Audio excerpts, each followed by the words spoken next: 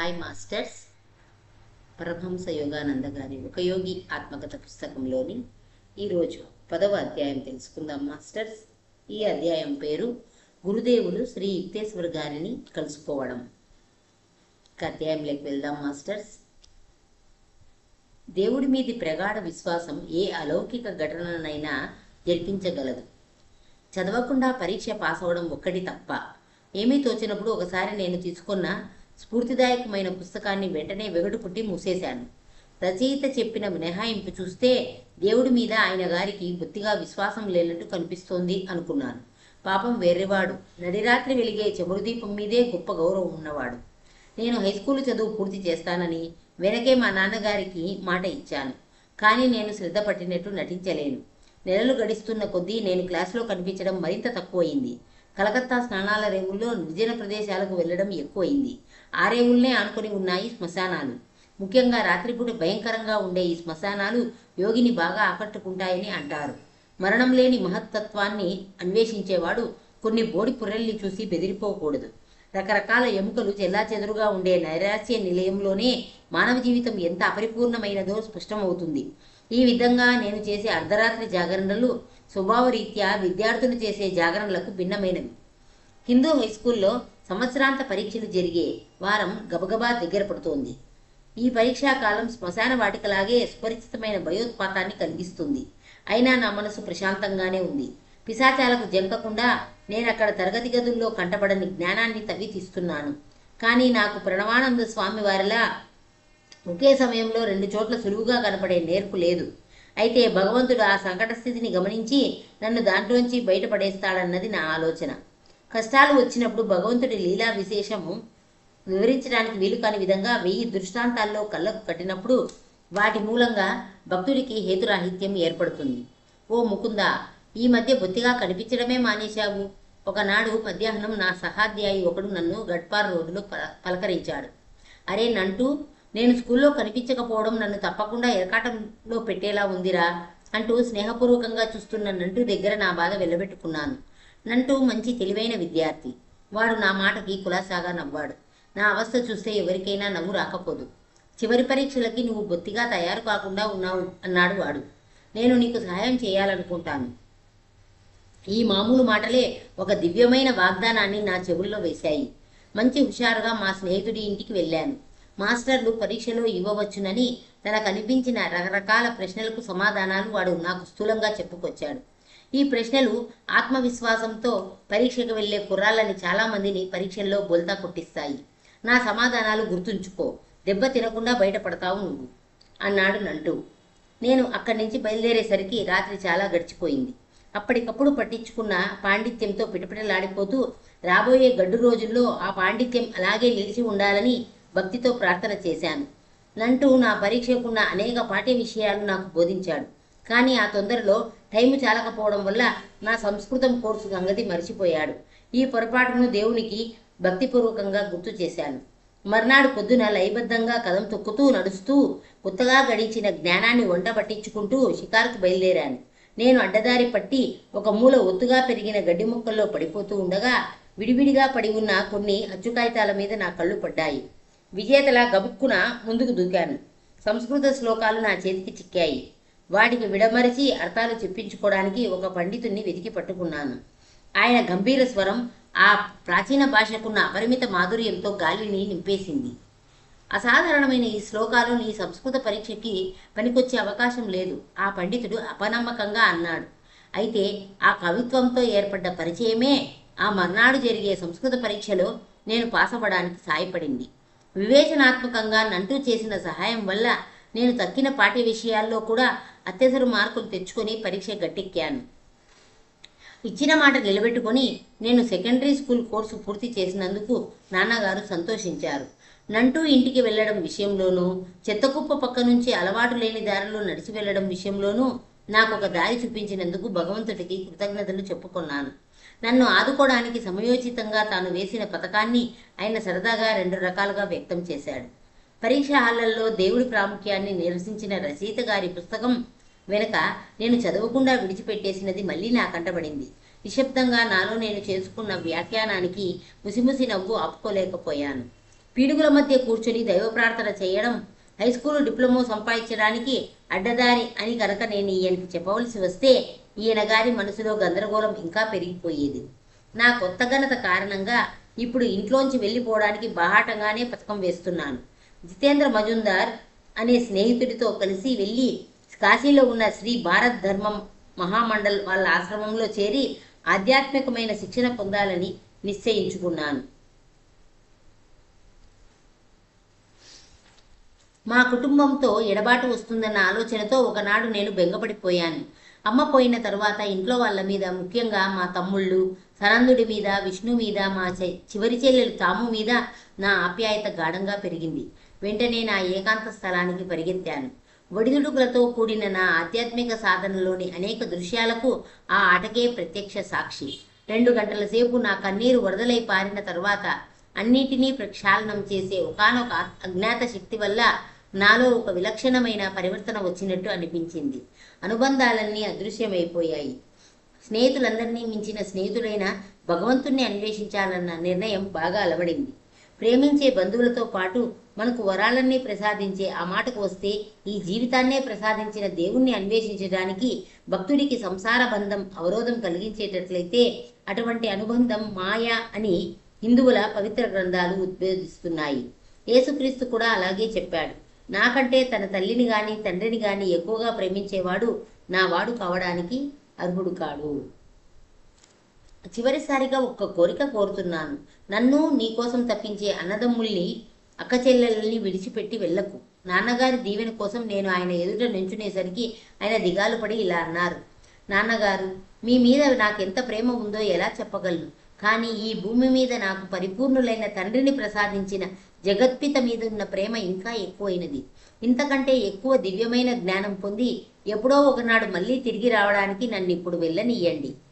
నాన్నగారు అనిష్టంగా ఇచ్చిన అనుమతితో అప్పటికే కాశీలో ఆశ్రమంలో ఉన్న జితేంద్రని కలుసుకోవడానికి బయలుదేరాను. నేను వెళ్ళగానే ఆశ్రమాధిపతి అయిన స్వాముల వారు దయానందులు నన్ను సాదరంగా పలకరించారు. ఆయన పడుచుప్రాయంలో ఉన్నవారు. పొడుగ్గా, సన్నగా, ఆలోచనాపరులుగా కనిపించే ఆ స్వామివారి మీద నాకు సదభిప్రాయం కలిగింది. అందమైన ఆయన ముఖంలో బుద్ధుడిలో ఉన్న మాదిరి ప్రశాంతత ఉండేది. ఈ కొత్త నివాసంలో ఒక అటక ఉన్నందుకు నేను సంతోషించాను. ఉదయ సంధ్య వేళ పొద్దుటి పూట అక్కడ గడపడానికి వీలు కల్పించుకున్నాను. ధ్యాన సాధన గురించి ఏమీ తెలియని ఆ ఆశ్రమవాసులు నాకున్న సమయమంతా ఆశ్రమ నిర్వహణ విధులు నిర్వర్తించడానికే వినియోగించాలని అనుకునేవారు. మధ్యాహ్నం పూట నేను వాళ్ళ ఆఫీసులో చేసే పనికి మెచ్చుకునేవారు. దేవుణ్ణి అంత తొందరగా పట్టుకోవడానికి ప్రయత్నించకు. ఒకనాడు పొద్దున నేను అటక మీదకి వెళ్తూ ఉండగా నా వెంట వచ్చిన ఆశ్రమ సహవాసి చేసిన పరిహాసం ఇది. నేను దయానంద గారి దగ్గరికి వెళ్ళాను. గంగానది వైపు ఉన్న తమ చిన్న గదిలో ఏదో పనిలో మునిగి ఉన్నారాయన. స్వామీజీ, ఇక్కడ నేను చేయవలసింది ఏమిటో నాకు తెలియకుండా ఉంది. దేవుడి ప్రత్యక్ష దర్శనం కావాలని ఆకాంక్షిస్తున్నాను. ఆయన లేనిదే సంస్థ సభ్యత్వంతో కానీ, మత విశ్వాసంతో కానీ, సత్కార్యాలతో కానీ నాకు తృప్తి కలగదు. కాషాయ వస్త్రధారి అయిన స్వాముల వారు ఆప్యాయంగా నా వెన్ను తట్టారు. ఉత్తుత్తి కోపం నటిస్తూ పక్కనున్న శిష్యుల్ని కొందరిని మందలించారు. ముకుందుణ్ణి ఇబ్బంది పెట్టకండి, మన పద్ధతులు క్రమంగా నేర్చుకుంటాడు లేండి. నేను మర్యాదగా నా సంశయాన్ని మరుగుపరిచాను. విద్యార్థుల గదిలోంచి వెళ్ళిపోయారు. ఆయన మందలింపుకి వాళ్ళ ఏమీ కుంగిపోయినట్టు కనిపించలేదు. దయానందులు ఆ తర్వాత ఇంకా చెప్పారు నాకు. ముకుంద, మీ నాన్నగారు ప్రతి నెలా వరుస తప్పకుండా నీకు డబ్బు పంపిస్తున్నట్టున్నారు. ఆ డబ్బు ఆయనకి తిప్పి పంపేయి. నీకు ఇక్కడ ఏమీ అక్కర్లేదు. ఇంకా నీ క్రమశిక్షణ కోసం రెండో సూచన, అది నీ భోజనం గురించి. నీకు ఆకలి వేస్తున్నప్పుడు కూడా ఆ సంగతి చెప్పకు. నా కంట్లో ఆకలి మిలమిల్లాడిందేమో నాకైతే తెలియదు. నాకు ఆకలిగా ఉందన్న సంగతి మటుకు బాగా తెలుసు. కానీ ఆశ్రమంలో వేళ తప్పకుండా మొదటిసారి భోజనం పెట్టే సమయం మాత్రం ఆశ్రమంలో 12 గంటలు. మా ఇంట్లో అయితే 9 గంటల వేళకి సుష్టుగా పలహారం చేయడం నాకు అలవాటు. ప్రతిరోజు ఈ 3 గంటల వ్యవధి మాత్రం మరింత దుర్భరం అవుతోంది. కలకత్తాలో అయితే ఒక్క 10 నిమిషాల ఆలస్యానికి నేను వంటవాణ్ణి తిట్టేసేవాణ్ణి. ఇప్పుడు ఆ రోజులు గతించాయి. ఇంకా ఆకలిని అదుపులో పెట్టడానికి ప్రయత్నించాను. 24 గంటల ఉపవాసం పూర్తి చేశాను. మర్నాడు మధ్యాహ్నం ఎప్పుడవుతుందా అని రెట్టింపు ఉత్సాహంతో ఎదురు చూస్తున్నాను. దయానందుల బండి ఆలస్యంగా వస్తోంది. ఆయన వచ్చేదాకా మేమెవరం భోంచేయం. జితేంద్ర ఘోరమైన ఈ వార్త తెచ్చాడు. 2 వారాల పాటు ఊళ్ళో లేని స్వాముల వారికి స్వాగత సూచకంగా రుచికరమైన వంటకాలు ఎన్నో సిద్ధంగా ఉన్నాయి. ఆకలి పుట్టించే వాసన ఆశ్రమం అంతటా నిండి ఉంది. వేరే ఏమీ దొరకనప్పుడు నిన్నటి రోజున ఉపవాసం ఉన్నానన్న గర్వం తప్ప మరేముంటుంది మింగడానికి? దేవుడా, బండి తొందరగా రప్పించు. దయానందులు నా నోరు కట్టేయడానికి విధించిన నియమంతో దివ్యప్రదాత అయిన భగవంతుడికి ఏమీ ప్రమేయం లేదని అనుకున్నాను. భగవంతుడి దృష్టి మరో చోట ఉంది. కుంటుకుంటూ నడుస్తున్న గోడ గడియారం గంటలు గడిపేసింది. మా స్వాముల వారు గుమ్మంలో అడుగుపెట్టే వేళకి చీకటి పడుతోంది. నేను పట్టరాని సంతోషంతో ఆయనకి స్వాగతం చెప్పాను.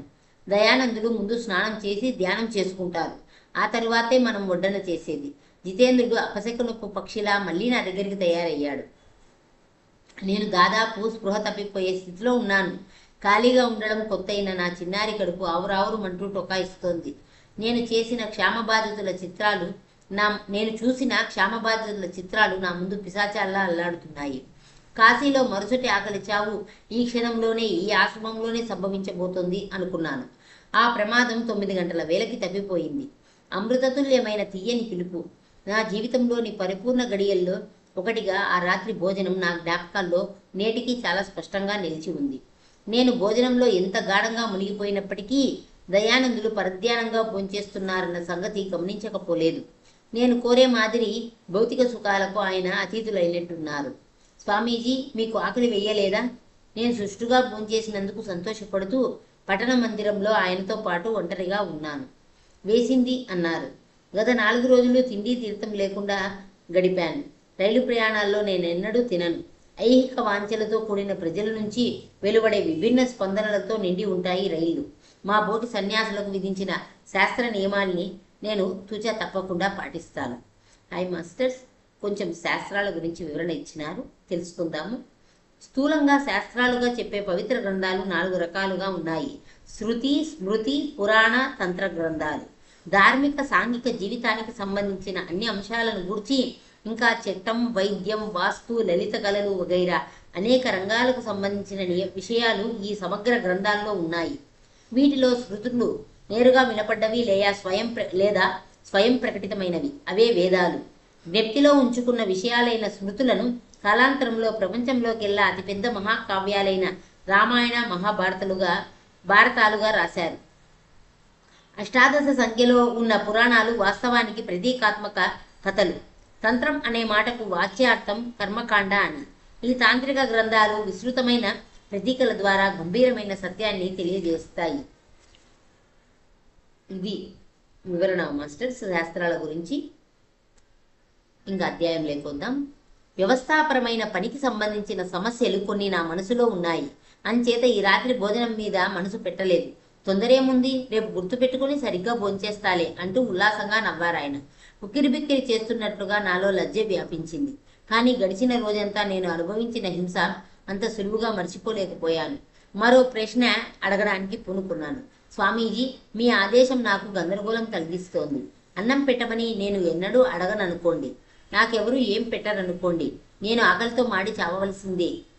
అయితే చావు. ఈ భయంకరమైన సలహా గాలిని చీల్చుకుంటూ వినవచ్చింది. చావవలసే ఉంటే చావు ముకుందా. దైవబలం వల్లనే కానీ తిండి బలం వల్ల బతుకుతానని ఎన్నడూ నమ్మకు.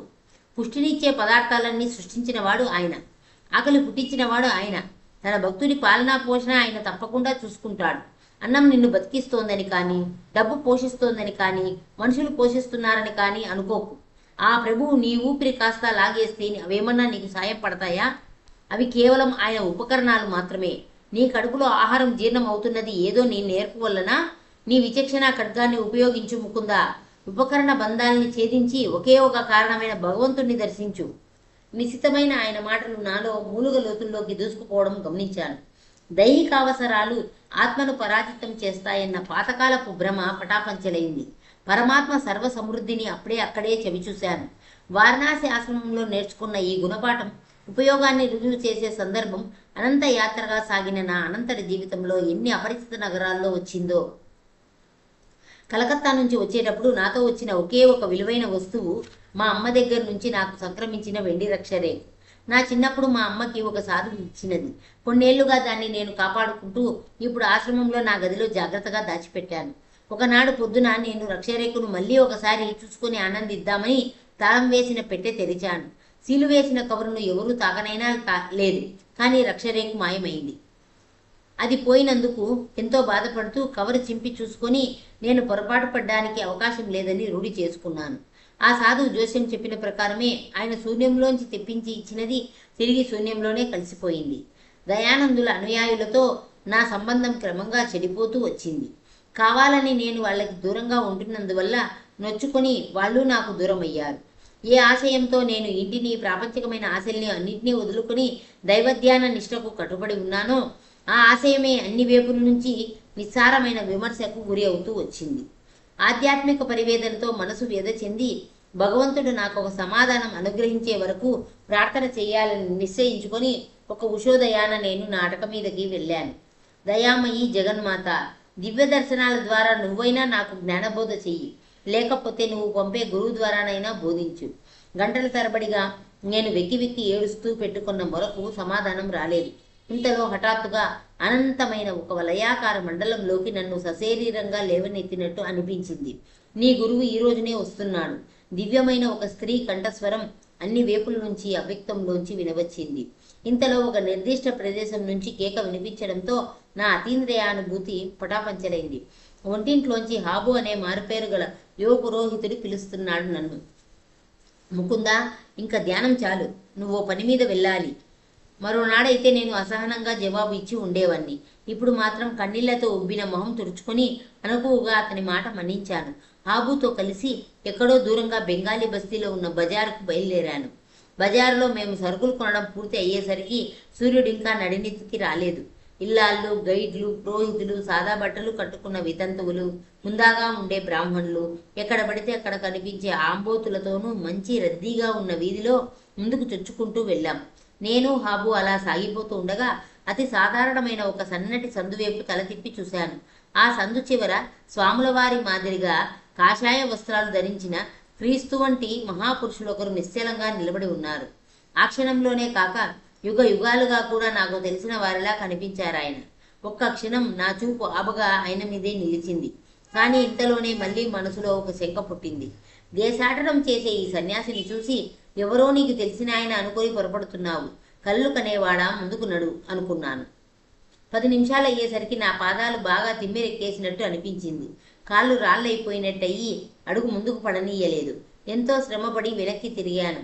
వెంటనే నా పాదాలు మళ్ళీ మామూలుగా అయిపోయాయి. తరువాత మళ్ళీ ఇటు తిరిగాను. ఆ చిత్రమైన బరువు మళ్ళీ నన్ను అణిచేసింది. ఆ సాధువు గారు అయస్కాంత శక్తితో నన్ను దగ్గరికి లాక్కుంటున్నారు. ఇలా అనిపించేసరికి నా దగ్గరున్న పొట్లాలు హాబు చేతుల్లో పెట్టేశాను. అతను నేను వేసే తప్పుటడుగులు ఆశ్చర్యంగా గమనిస్తూనే ఉన్నాడు. ఇప్పుడు విరగబడి నవ్వాడు. ఏమైంది, నీకు పిచ్చెక్కిందా? నాలో పొంగే భావావేశం అతనికి తగిన జవాబు ఇవ్వకుండా అడ్డుకుంది. మారు పలకకుండా అక్కడి నుంచి పరిగెత్తాను. పాదాలకు రెక్కలు మొలిచిన వాడి మాదిరిగా అడుగులు గాలిలో తేలిపోతూ ఉండగా ఆ సన్నటి సందు దగ్గరికి చేరాను. నేనున్న వైపే నిలకడగా చూస్తున్న ప్రశాంతమూర్తి చెడుక్కున నా కంట పడ్డారు. ఆత్రంగా కొన్ని అడుగులు వేసేసరికి ఆయన పాదాల దగ్గరున్నాను. గురుదేవా, 1000 దివ్య దర్శనాల్లో నా కళ్ళకు కట్టిన దివ్య ముఖబింబం ఇదే. కొనదేరిన గడ్డంతో, గిరిజాల జుట్టుతో సింహాన్ని తలపించే తల, శుభదృష్టి ప్రసరించే ఈ కళ్ళు రాత్రివేళల్లో నేను అస్తవ్యస్తమైన ఆలోచనలతో విషాదంలో మునిగి ఉన్నప్పుడు నా వైపు గుచ్చిగుచ్చి చూస్తుండేవి. వాటిలో నాకు పూర్తిగా అర్థం కాని ఆశాభావం ఏదో పొడగడుతూ ఉండేది. నా తండ్రి, వచ్చేశావా అంటూ గురుదేవులు ఆనందంతో తబ్బిబ్బై ఉరుగుతున్న గొంతుతో బెంగాలీ భాషలో మళ్ళీ మళ్ళీ అన్నారు. ఎన్నేళ్లు కాచుకొని ఉన్నాను బాబు నీకోసం. మేమిద్దరం మౌనంలో ఐక్యమయ్యాం. మాటలు బొత్తిగా అనవసరమనిపించాయి.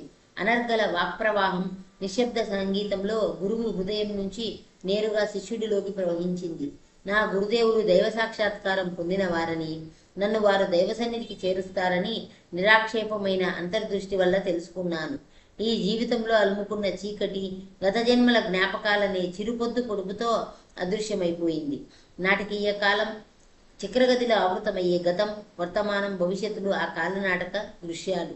ఈ పవిత్ర పాద సన్నిధిలో నన్ను గమనించిన తొలి రోజు ఇది కాదు. గురుదేవులు నా చెయ్యి పట్టుకొని ఆ ఊళ్ళో రాణామహల్ బస్తీలో ఉన్న ఒక ఇంటికి తీసుకెళ్లారు. క్రీడాకారుడి మాదిరిగా బలిష్ట దేహులైన ఆయన నడక దృఢగతిలో సాగింది. పొడుగ్గా నిటారుగా ఉన్న ఆయనకి అప్పటికి 75 ఏళ్లు ఉన్నప్పటికీ యువకుడిలా మంచి చురుగ్గా సత్తువతో ఉన్నారు. ఆయన కళ్ళు నల్లగా, విశాలంగా, ప్రగాఢమైన జ్ఞానంతో నిండి ఆనందంగా ఉన్నాయి. కొద్దిగా వంకులు తిరిగిన జుట్టు ఆయన ముఖ గాంభీర్యానికి మార్దవం చేకూర్చింది.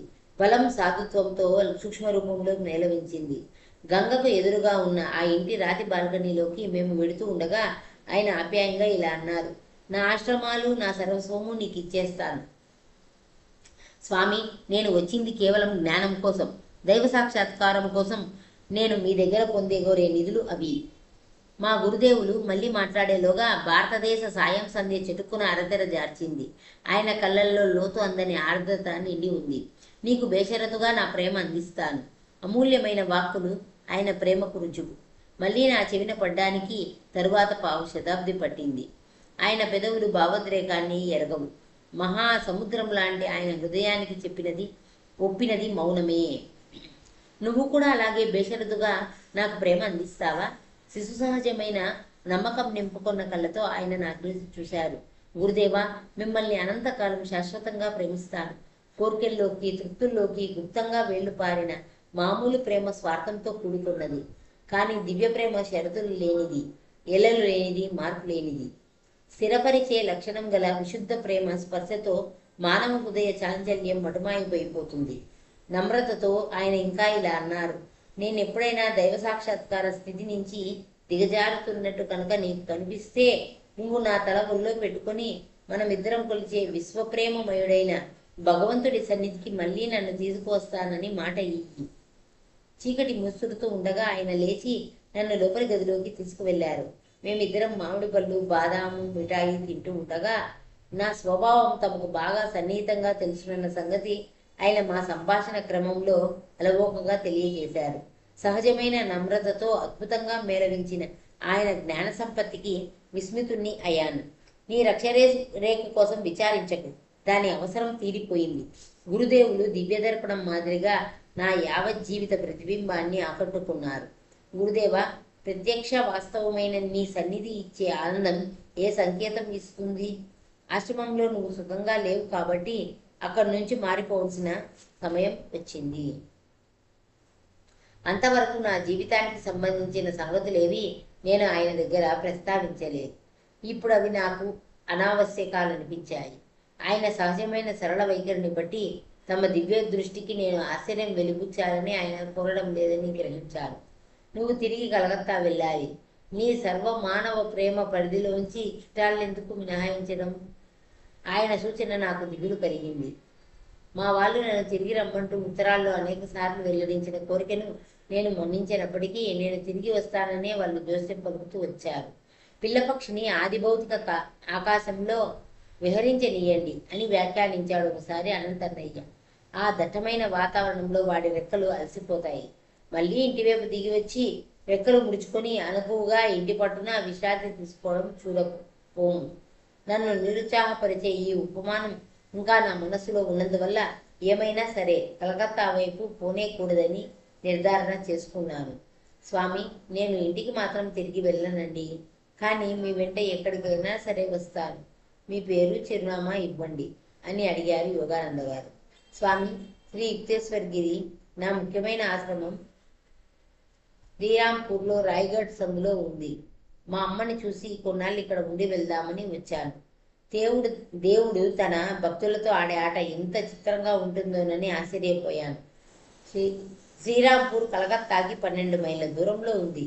కానీ ఆ ప్రాంతాల్లో ఎక్కడా మా గురువు గారు నాకు అవుపడలేదు. మేము కలుసుకోవడానికి లాహిరి మహాశైలు జ్ఞాపకాలతో పావనమైన ప్రాచీన కాశీ నగరానికి ప్రయాణం కట్టవలసి వచ్చింది.